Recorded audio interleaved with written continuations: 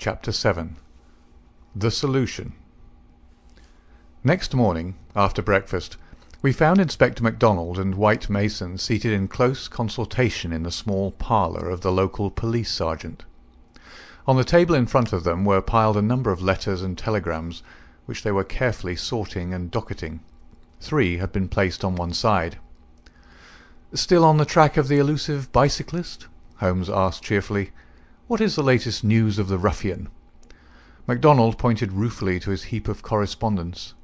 "He is at present reported from Leicester, Nottingham, Southampton, Derby, East Ham, Richmond, and 14 other places. In 3 of them, East Ham, Leicester, and Liverpool, there is a clear case against him, and he has actually been arrested. This country seems to be full of the fugitives with yellow coats." "Dear me," said Holmes sympathetically. "Now, Mr. Mac, and you, Mr. White Mason, I wish to give you a very earnest piece of advice.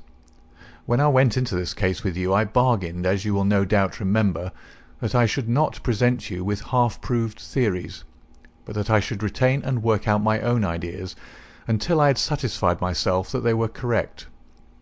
For this reason, I am not at the present moment telling you all that is in my mind. On the other hand, I said that I would play the game fairly by you, and I do not think it is a fair game to allow you for one unnecessary moment to waste your energies upon a profitless task. Therefore I am here to advise you this morning, and my advice to you is summed up in 3 words. Abandon the case." MacDonald and White Mason stared in amazement at their celebrated colleague. "You consider it hopeless?" cried the inspector. "I consider your case to be hopeless.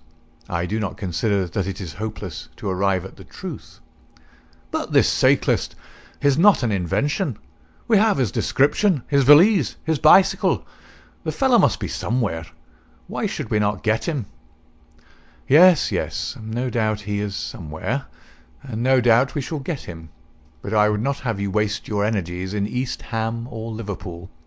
I am sure that we can find some shorter cut to a result." "You're holding something back. It's hardly fair of you, Mr. Holmes." The inspector was annoyed. "You know my methods of work, Mr. Mac, but I will hold it back for the shortest time possible. I only wish to verify my details in one way, which can very readily be done, and then I make my bow and return to London, leaving my results entirely at your service. I owe you too much to act otherwise, for in all my experience I cannot recall any more singular and interesting study." "This is clean beyond me, Mr. Holmes. We saw you when we returned from Tunbridge Wells last night, and you are in general agreement with our results. What has happened since then to give you a completely new idea of the case?" "Well, since you ask me, I spent, as I told you that I would, some hours last night at the manor house." "Well, what happened?" I can only give you a very general answer to that for the moment. By the way, I have been reading a short but clear and interesting account of the old building, purchasable at the modest sum of 1 penny from the local tobacconist. Here Holmes drew a small tract, embellished with a rude engraving of the ancient manor house, from his waistcoat pocket. "It immensely adds to the zest of an investigation, my dear Mr. Mac, when one is in conscious sympathy with the historical atmosphere of one's surroundings. Don't look so impatient, for I assure you that even so bald an account as this raises some sort of picture of the past in one's mind. Permit me to give you an example.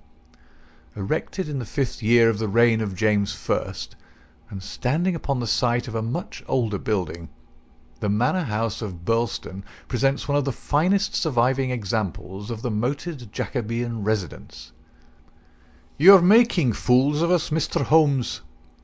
"Tut, tut, Mr. Mac. The first sign of temper I have detected in you.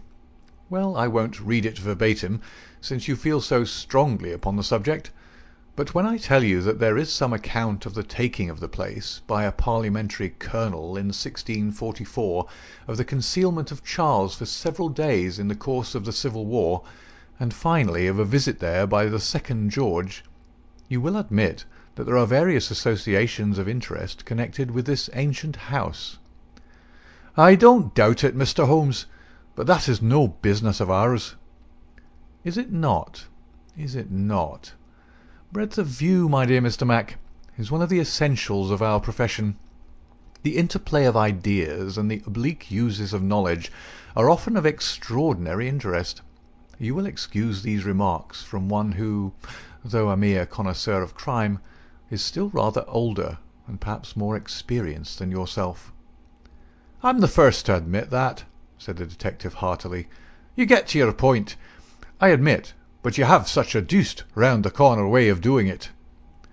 "Well, well, I'll drop past history and get down to present-day facts. I called last night, as I have already said, at the manor house. I did not see either Barker or Mrs. Douglas.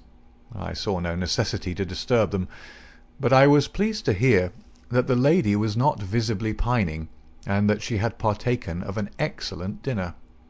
My visit was specially made to the good Mr. Ames, with whom I exchanged some amiabilities which culminated in his allowing me, without reference to anyone else, to sit alone for a time in the study." "What? With that?" I ejaculated. "No, no, everything is now in order. You gave permission for that, Mr. Mac. As I am informed, the room was in its normal state, and in it I passed an instructive quarter of an hour." "What were you doing?" "Well, not to make a mystery of so simple a matter, I was looking for the missing dumb-bell. It has always bulked rather large in my estimate of the case. I ended by finding it." "Where?" "Ah, there we come to the edge of the unexplored. Let me go a little further, a very little further, and I will promise that you shall share everything that I know." "Well, we're bound to take you on your own terms," said the inspector. "But when it comes to telling us to abandon the case, why in the name of goodness should we abandon the case?" "For the simple reason, my dear Mr. Mac, that you have not got the first idea what it is that you are investigating." "We are investigating the murder of Mr. John Douglas of Burleston Manor." "Yes, yes, so you are. But don't trouble to trace the mysterious gentleman upon the bicycle. I assure you that it won't help."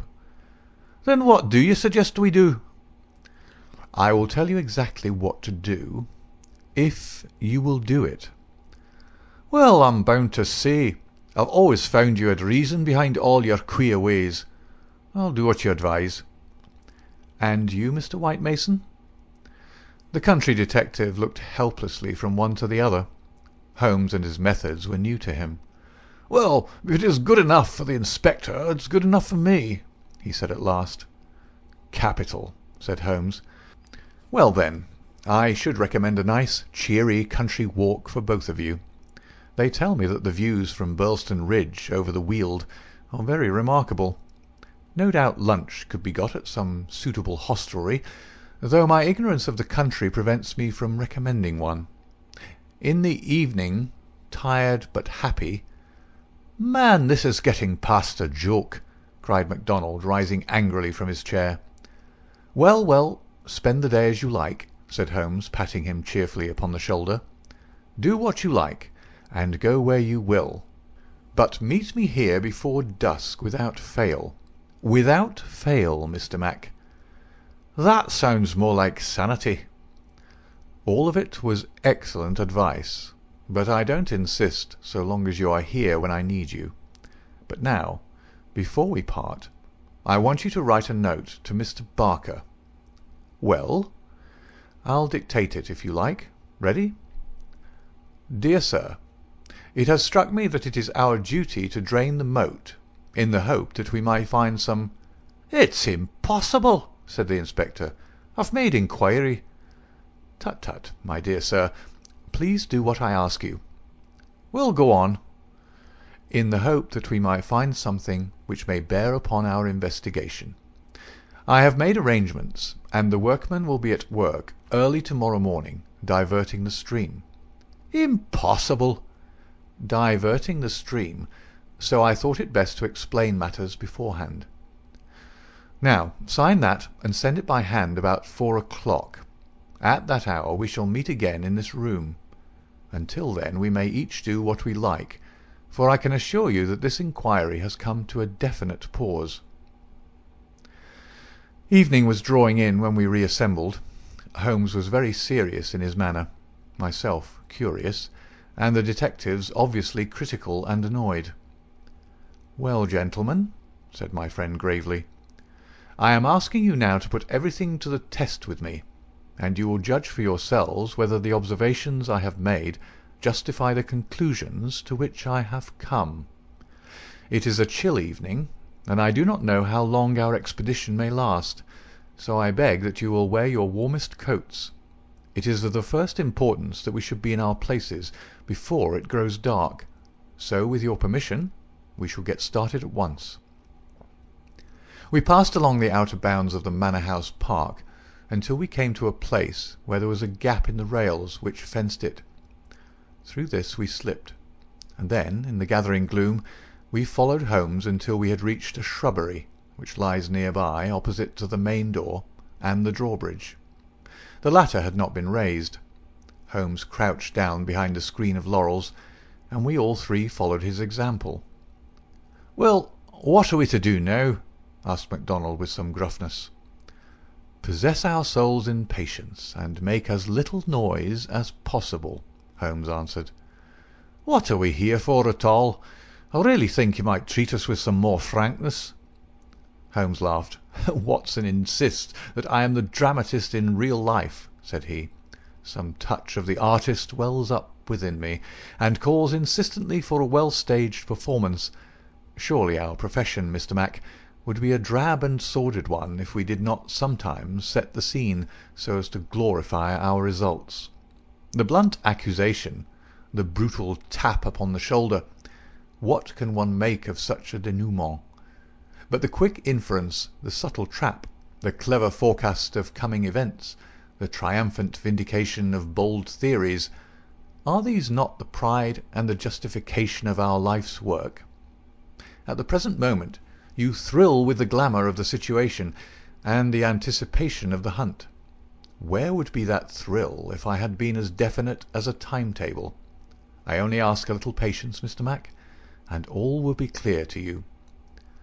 "Well, I hope the pride and justification and the rest of it will come before we all get our death of cold," said the London detective with comic resignation. We all had good reason to join in the aspiration, for our vigil was a long and bitter one.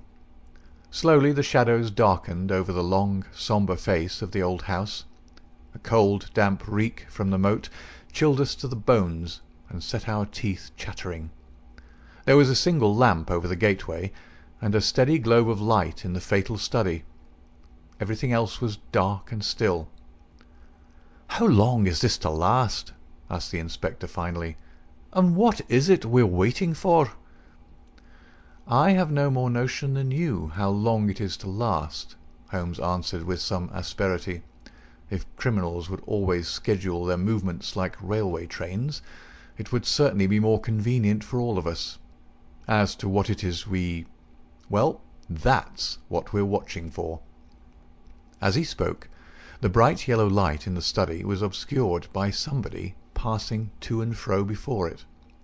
The laurels among which we lay were immediately opposite the window, and not more than 100 feet from it. Presently it was thrown open with a whining of hinges, and we could dimly see the dark outline of a man's head and shoulders looking out into the gloom. For some minutes he peered forth in furtive, stealthy fashion, as one who wishes to be assured that he is unobserved. Then he leaned forward, and in the intense silence we were aware of the soft lapping of agitated water. He seemed to be stirring up the moat with something which he held in his hand. Then suddenly he hauled something in as a fisherman lands a fish, some large round object which obscured the light as it was dragged through the open casement. "Now!" cried Holmes. "Now!"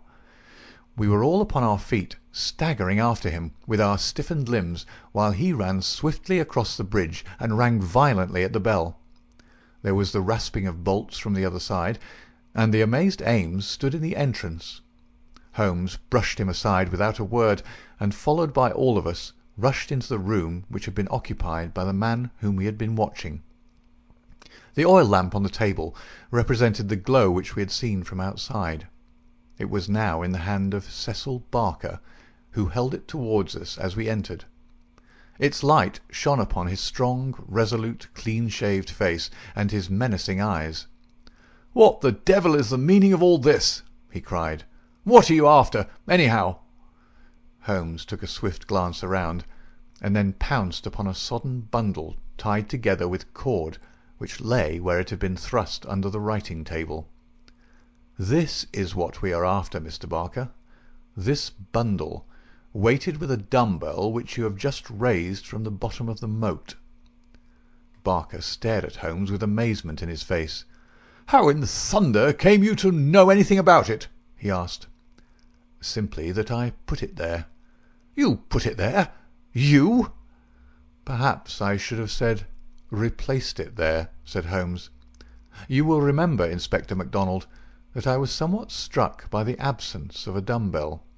I drew your attention to it, but with the pressure of other events you had hardly the time to give it the consideration which would have enabled you to draw deductions from it. When water is near and a weight is missing, it is not a very far-fetched supposition that something has been sunk in the water. The idea was at least worth testing, so with the help of Ames, who admitted me to the room, and the crook of Dr. Watson's umbrella, I was able last night to fish up and inspect this bundle. It was of the first importance, however, that we should be able to prove who placed it there.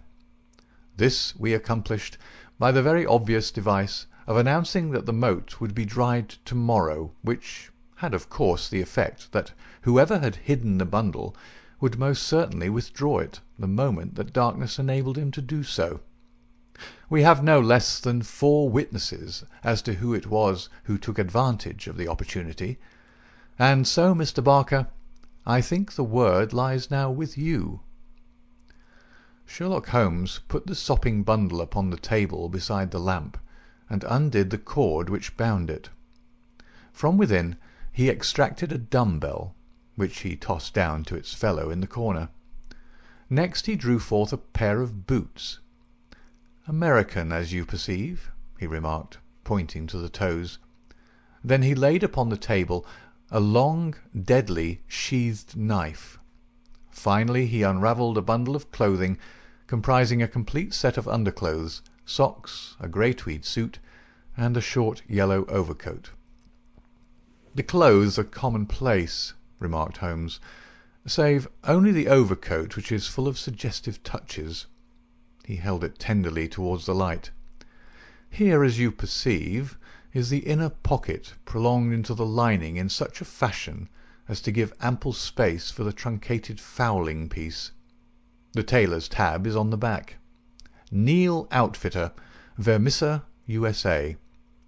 I've spent an instructive afternoon in the rector's library, and have enlarged my knowledge by adding the fact that Vermissa is a flourishing little town at the head of one of the best-known coal and iron valleys in the United States. I have some recollection, Mr. Barker, that you associated the coal districts with Mr. Douglas's first wife, and it would surely not be too far-fetched an inference that the V.V. upon the card by the dead body might stand for Vermissa Valley, or that this very valley, which sends forth emissaries of murder, may be that valley of fear which we have heard. So much is fairly clear. And now, Mr. Barker, I seem to be standing rather in the way of your explanation." It was a sight to see Cecil Barker's expressive face during this exposition of the great detective. Anger, amazement, consternation, and indecision swept over it in turn. Finally he took refuge in a somewhat acrid irony. "You know such a lot, Mr. Holmes. Perhaps you had better tell us some more," he sneered. "I have no doubt that I could tell you a great deal more, Mr. Barker, but it would come with a better grace from you." "Oh, you think so, do you? Well, all I can say is that if there's any secret here, it's not my secret, and I am not the man to give it away." "Well, if you take that line, Mr. Barker," said the inspector quietly, "we must just keep you in sight until we have the warrant and can hold you." "You can do what you damn please about that," said Barker defiantly. The proceedings seemed to have come to a definite end, so far as he was concerned, for one had only to look at that granite face to realize that no peine forte or dure would ever force him to plead against his will. The deadlock was broken, however, by a woman's voice. Mrs. Douglas had been standing listening at the half-open door, and now she entered the room. "You have done enough for now, Cecil," said she. "Whatever comes of it in the future, you have done enough." "Enough and more than enough," remarked Sherlock Holmes gravely. "I have every sympathy with you, madam, and should strongly urge you to have some confidence in the common sense of our jurisdiction, and to take the police voluntarily into your complete confidence. It may be that I am myself at fault for not following up the hint which you conveyed to me through my friend Dr. Watson, but at that time I had every reason to believe that you were directly concerned in the crime. Now I am assured that this is not so. At the same time there is much that is unexplained, and I should strongly recommend that you ask Mr. Douglas to tell us his own story." Mrs. Douglas gave a cry of astonishment at Holmes's words. The detectives and I must have echoed it when we were aware of a man who seemed to have emerged from the wall, who advanced now from the gloom of the corner in which he had appeared. Mrs. Douglas turned, and in an instant her arms were round him. Barker had seized his outstretched hand. "It's best this way, Jack," his wife repeated. "I'm sure that it is best." "Indeed, yes, Mr. Douglas," said Sherlock Holmes. "I am sure that you will find it best." The man stood blinking at us with the dazed look of one who comes from the dark into the light. It was a remarkable face, bold grey eyes, a strong, short-clipped, grizzled moustache, a square projecting chin, and a humorous mouth. He took a good look at us all, and then, to my amazement, he advanced to me and handed me a bundle of paper. "I've heard of you," said he in a voice which was not quite English and not quite American, but was altogether mellow and pleasing. "You are the historian of this bunch. Well, Dr. Watson, you've never had such a story as that pass through your hands before, and I'll lay my last dollar on that. Tell it your own way, but there are the facts, and you can't miss the public so long as you have those. I've been cooped up 2 days, and I've spent the daylight hours, as much daylight as I could get in that rat trap, in putting the thing into words. You're welcome to them, you and your public. There's the story of the Valley of Fear." "That's the past, Mr. Douglas," said Sherlock Holmes quietly. "What we desire now is to hear your story of the present." "You'll have it, sir," said Douglas. "May I smoke as I talk?" "Well, thank you, Mr. Holmes. You're a smoker yourself, if I remember right, and you'll guess what it is to be sitting for 2 days with tobacco in your pocket and afraid that the smell will give you away." He leaned against the mantelpiece and sucked at the cigar which Holmes had handed him. "I've heard of you, Mr. Holmes. I never guessed that I would meet you. But before you're through with that," he nodded at my papers, "you will say I've brought you something fresh." Inspector MacDonald had been staring at the newcomer with the greatest amazement. "Well, this fairly beats me," he cried at last. "If you're Mr. John Douglas of Burlstone Manor, then whose death have we been investigating for these 2 days, and where in the world have you sprung from now? You seem to come out of the floor like a jack-in-a-box." "Ah, Mr. Mac," said Holmes, shaking a reproving forefinger, "you would not read that excellent local compilation which described the concealment of King Charles. People did not hide in those days without excellent hiding-places, and the hiding-place that had once been used may be used again. I had persuaded myself that we should find Mr. Douglas under this roof." "And how long have you been playing this trick upon us, Mr. Holmes?" said the inspector angrily. How long have you allowed us to waste ourselves upon a search that you knew to be an absurd one?" "Not one instant, my dear Mr. Mac. Only last night did I form my views of the case. As they could not be put to the proof until this evening, I invited you and your colleagues to take a holiday for the day. Pray, what more could I do? When I found the suit of clothes in the moat, it at once became apparent to me that the body we had found could not have been the body of Mr. John Douglas at all, but must be that of the bicyclist from Tunbridge Wells. No other conclusion was possible. Therefore I had to determine where Mr. John Douglas himself could be, and the balance of probability was that with the connivance of his wife and his friend he was concealed in a house which had such conveniences for a fugitive, and awaiting quieter times when he could make his final escape. "Well, you've figured it out about right," said Douglas approvingly. "I thought I'd dodge your British law, for I was not sure how I stood under it. And also I saw my chance to throw these hounds once for all off my track. Mind you, from first to last I've done nothing to be ashamed of, and nothing that I would not do again. But you'll judge that for yourselves when I tell you my story. Never mind warning me, Inspector. I'm ready to stand pat upon the truth. I'm not going to begin at the beginning, that's all there." He indicated my bundle of papers. "And a mighty queer yarn you'll find it. It all comes down to this, that there are some men that have good cause to hate me and would give their last dollar to know that they had got to me. So long as I'm alive and they are alive, there is no safety in this world for me. They hunted me from Chicago to California, then they chased me out of America. But when I married and settled down in this quiet spot, I thought my last years were going to be peaceable. I never explained to my wife how things were. Why should I pull her into it? She would never have a quiet moment again, but would always be imagining trouble. I fancy she knew something, for I may have dropped a word here or a word there. But until yesterday, after you gentlemen had seen her, she never knew the rights of the matter.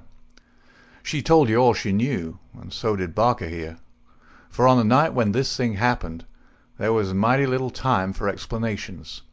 She knows everything now, and I would have been a wiser man if I had told her sooner.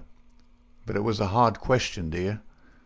He took her hand for an instant in his own, and I acted for the best. "Well, gentlemen, the day before these happenings I was over in Tunbridge Wells, and I got a glimpse of a man in the street. It was only a glimpse, but I have a quick eye for these things, and I never doubted who it was. It was the worst enemy I had among them all, one who has been after me like a hungry wolf after a caribou all these years. I knew there was trouble coming, and I came home and made ready for it. I guess I'd fight through it all right on my own. My luck was a proverb in the States about '76. I never doubted that it would be with me still. I was on my guard all that next day and never went out into the park. It's as well, or he'd have had the drop on me with that buckshot gun of his before ever I could draw on him. After the bridge was up, my mind was always more restful when that bridge was up in the evenings. I put the thing clear out of my head. I never dreamed of his getting into the house and waiting for me. But when I made my round in my dressing gown, as was my habit, I had no sooner entered the study than I scented danger. I guess when a man has had dangers in his life, and I've had more than most in my time, there is a kind of sixth sense that waves the red flag. I saw the signal clear enough, and yet I couldn't tell you why. Next instant I spotted a boot under the window curtain, and then I saw why plain enough. I'd just the one candle that was in my hand, but there was a good light from the hall lamp through the open door. I put down the candle and jumped for a hammer that I'd left on the mantel. At the same moment he sprang at me. I saw the glint of a knife, and I lashed at him with the hammer. I got him somewhere, for the knife tinkled down on the floor. He dodged around the table as quick as an eel, and a moment later he'd got his gun from under his coat. I heard him cock it, but I'd got hold of it before he could fire. I had it by the barrel, and we wrestled for it all ends up for a minute or more. It was death to the man that lost his grip. He never lost his grip, but he got it butt downward for a moment too long. Maybe it was I that pulled the trigger. Maybe we just jolted it off between us. Anyhow, he got both barrels in the face. And there I was, staring down at all that was left of Ted Baldwin. I'd recognized him in the township, and again when he sprang for me, but his own mother wouldn't recognize him as I saw him then. I'm used to rough work, but I fairly turned sick at the sight of him. I was hanging on the side of the table when Barker came hurrying down. I heard my wife coming, and I ran to the door and stopped her. It was no sight for a woman. I promised I'd come to her soon. I said a word or two to Barker. He took it all in at a glance, and we waited for the rest to come along. But there was no sign of them. Then we understood that they could hear nothing, and that all that had happened was known only to ourselves. It was at that instant that the idea came to me. I was fairly dazzled by the brilliance of it. The man's sleeve had slipped up, and there was the branded mark of the lodge upon his forearm. See here. The man whom we had known as Douglas turned up his own coat and cuff to show a brown triangle within a circle, exactly like that which we'd seen upon the dead man. It was the sight of that which started me on it. I seemed to see it all clear at a glance. There were his height and hair and figure about the same as my own. No one could swear to his face, poor devil. I brought down this suit of clothes, and in a quarter of an hour Barker and I had put my dressing gown on him, and he lay as you found him. We tied all things into a bundle, and I weighted them with the only weight I could find, and put them through the window. The card he'd meant to lay upon my body was lying beside his own. My rings were put on his finger, but when it came to the wedding ring, he held out his muscular hand. You can see for yourselves that I had struck the limit. I have not moved it since the day I was married, and it would have taken a file to get it off. I don't know, anyhow, that I should have cared to part with it, but if I'd wanted to, I couldn't. So we just had to leave that detail to take care of itself. On the other hand, I brought a bit of plaster down and put it where I'm wearing one myself at this instant. You slipped up there, Mr. Holmes, clever as you are, for if you had chanced to take off that plaster, you'd have found no cut underneath it. Well, that was the situation. If I could lie low for a while and then get away, where I could be joined by my widow, we should have a chance at last of living in peace for the rest of our lives. These devils would give me no rest so long as I was above ground, but if they saw in the papers that Baldwin had got his man, there would be an end of all my troubles. I hadn't much time to make it all clear to Barker and to my wife, but they understood enough to be able to help me. I knew all about this hiding place, so did Ames, but it never entered his head to connect it with the matter. I retired into it, and it was up to Barker to do the rest. I guess you can fill in for yourselves what he did. He opened the window and made the mark on the sill, to give an idea of how the murderer escaped. It was a tall order, that, but as the bridge was up there was no other way. Then, when everything was fixed, he rang the bell for all he was worth. What happened afterward you know. And so, gentlemen, you can do what you please, but I've told you the truth and the whole truth, so help me God. What I ask you now is, how do I stand by the English law? There was a silence which was broken by Sherlock Holmes. The English law is in the main a just law. You'll get no worse than your deserts from that, Mr. Douglas. But I would ask you, how did this man know that you lived here, or how to get into your house, or where to hide to get you? I know nothing of this. Holmes's face was very white and grave. The story is not over yet, I fear, said he. You may find worse dangers than the English law, or even than your enemies from America. I see trouble before you, Mr. Douglas. You'll take my advice and still be on your guard. And now, my long-suffering readers, I'll ask you to come away with me for a time, far from the Sussex manor house of Burleston, and far also from the year of grace in which we made our eventful journey, which ended with the strange story of the man who had been known as John Douglas. I wish you to journey back some 20 years in time, and westward some thousands of miles in space, that I may lay before you a singular and terrible narrative, so singular and so terrible that you may find it hard to believe that even as I tell it, even so did it occur. Do not think that I intrude one story before another is finished. As you read on, you will find that this is not so.